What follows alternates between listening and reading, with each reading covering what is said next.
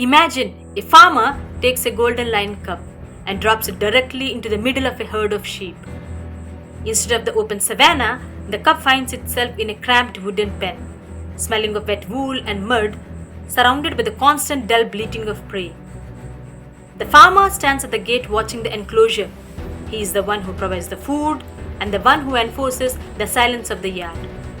The cub's instincts immediately clash with the herd. It tries to observe, to stalk, to find space. But the sheep are oblivious. They simply shove and trample past the cub as they move toward the traps. When the cub tries to push back or clear a space for itself, the sheer weight of the herd forces it back into the corners of the pen.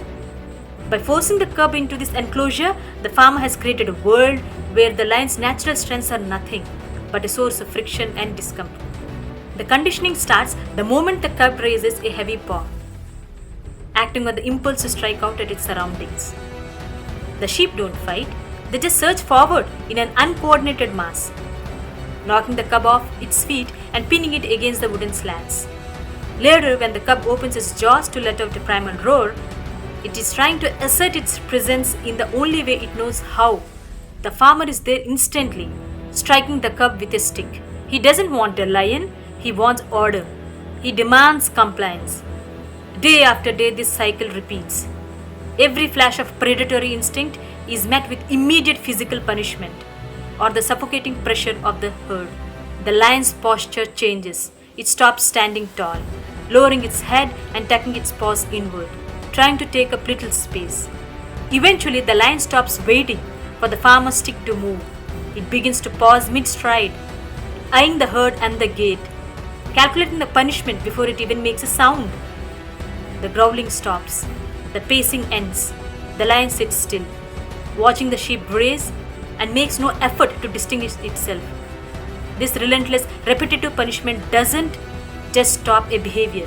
It erodes the subject's memory of what it was actually capable of doing. 3 years pass. The cub is now a massive adult lion, possessing enough raw power and muscle to take down any creature in the valley. The routine is shattered when a pack of bulls violently breaches the fence, charging toward the defenseless herd with their teeth bared. This is the moment where biology should take over. The apex predator is designed to rise, roar, and drive the intruders away. Instead, the adult lion covers. It stays pinned to the ground, paralyzed by terror, watching the bulls attack the very animals it was born to rule. Muscle and bone are useless once the psychological will to use them has been systematically dismantled. In psychology, this specific type of decline is known as the Golem effect. The Golem effect occurs when constant minimization actively drives down an individual's performance. When treated as weak, your internal reality shifts to match. This environment builds a self-fulfilling prophecy. Those low expectations become a solid psychological box trapping your true potential. We see this in modern life, not in sheep pens, but in toxic workplaces, where every idea is mocked, or in classrooms where a student is repeatedly told they are the problem child. You spot the effect when people apologize for success or stop attempting difficult tasks, accepting the inevitability of failure.